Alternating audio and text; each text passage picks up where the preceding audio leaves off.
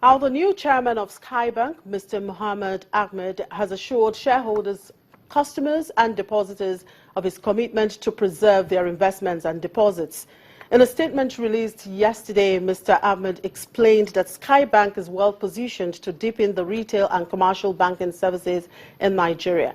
Now, according to him, the immediate priorities of the board and the new management team is to leverage the huge investment in the enhanced branch network to improve stakeholders' value in a sustainable manner. He further assures that the support and backing of the central bank and other relevant stakeholders have been obtained in this regard.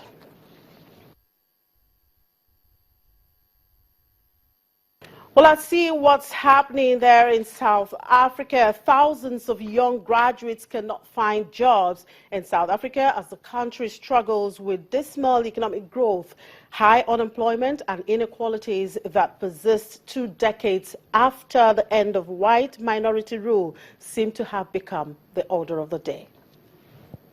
Every year, thousands of students graduate from universities across South Africa. For many, a degree is the only way out of poverty. Kwena Rafina completed his studies at the University of Free State in 2014. 2 years later, he's still struggling to find a job. Kwena has a postgraduate degree in soil sciences. I just wake up a day. I just go to an internet cafe and then just Google search environmental companies around South Africa. And then I just submit my CV. Like Kwena, many graduates often search for jobs online, but with youth unemployment at a record high of 50%, it means finding work, even with qualifications, is very difficult. Numerous government plans devised to improve schools, create jobs and end poverty have been hamstrung by corruption and incompetence on the ground. South Africa is not really geared to the question that you asked me earlier. It's not really geared to transition a graduate into a working employee. So even though you've got the degree, they expect you to come with an experience, but there's no one that is really ready to give you the experience.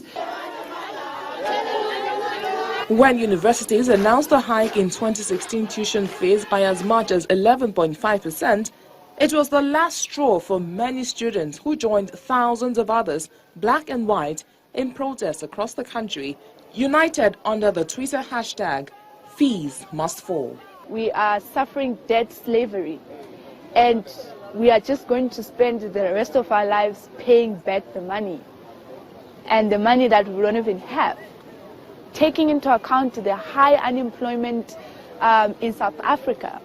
So one is getting into the university, you're accumulating the degree, you're getting the degrees and etc. But you got there. First you have to find the job. To compound the problem, South Africa's economy is expected to grow at less than 1% this year.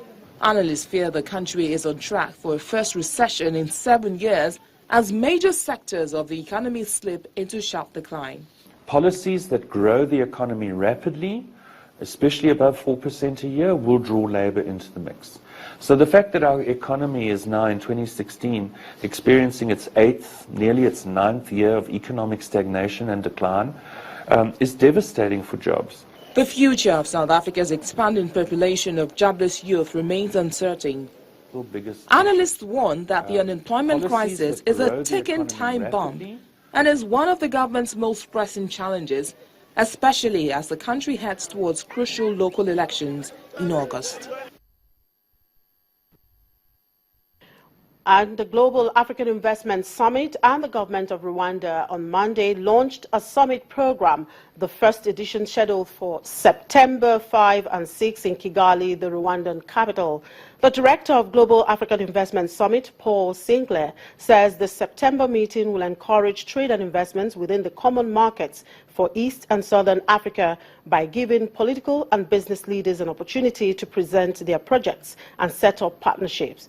A statement issued in London explains that as attitudes towards Africa shifts, the number of investors looking towards East and Southern Africa is growing steadily. Meanwhile, Rwanda is turning methane gas, which can bubble up from the lake bed, sometimes with fatal consequences, into a lifeline by generating electricity to help businesses expand and light up a nation with a chronic power shortage. Across Africa, governments are struggling to increase power capacity and expand grids to meet the demands of growing populations with rising aspirations. Kivawatt, which started operations in May, is part of a network of projects aimed at providing 70% of the 11 million population with power from the grid or off-grid by 2018, up from 25% now.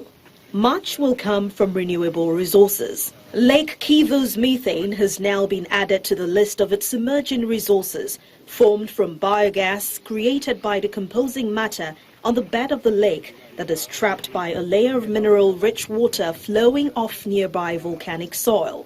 The gas extraction facility is very unique because there's no other lake in the world with this kind of methane in the lake, so it's never been in the industrial scale. But also the power plant, which is basically very basic, ordinary Wärtsilä power plant. But now, instead of natural gas, we are using methane gas. Despite that hefty investment, using domestic resources is a boon for a nation which has to truck all imports into the country, about 1,400 kilometers through Kenya or Tanzania, often along traffic-clogged roads that are poorly maintained. Currently, only 14% of the Rwandan population has access to electricity. Broader access to power is seen as vital to lifting economic growth in Rwanda and across Africa. As it adds more supply, state-run Rwanda Energy Group is in talks with the regulator on lowering tariffs to help the poor and support industry. We are discussing with the regulator on how the tariff can be reviewed, and it is clear that the tariff will be reviewed downwards, especially for industries. It is a must if we want to increase exports, or if we have to invest in local-made products. We have to invest in industries. We have to attract investors. So, to be competitive in the region, we have to review downwards the tariffs. Rwanda's installed power capacity is now 190 megawatts and set to rise by the end of July to 205 megawatts once a new peat burning plant being tested is linked up.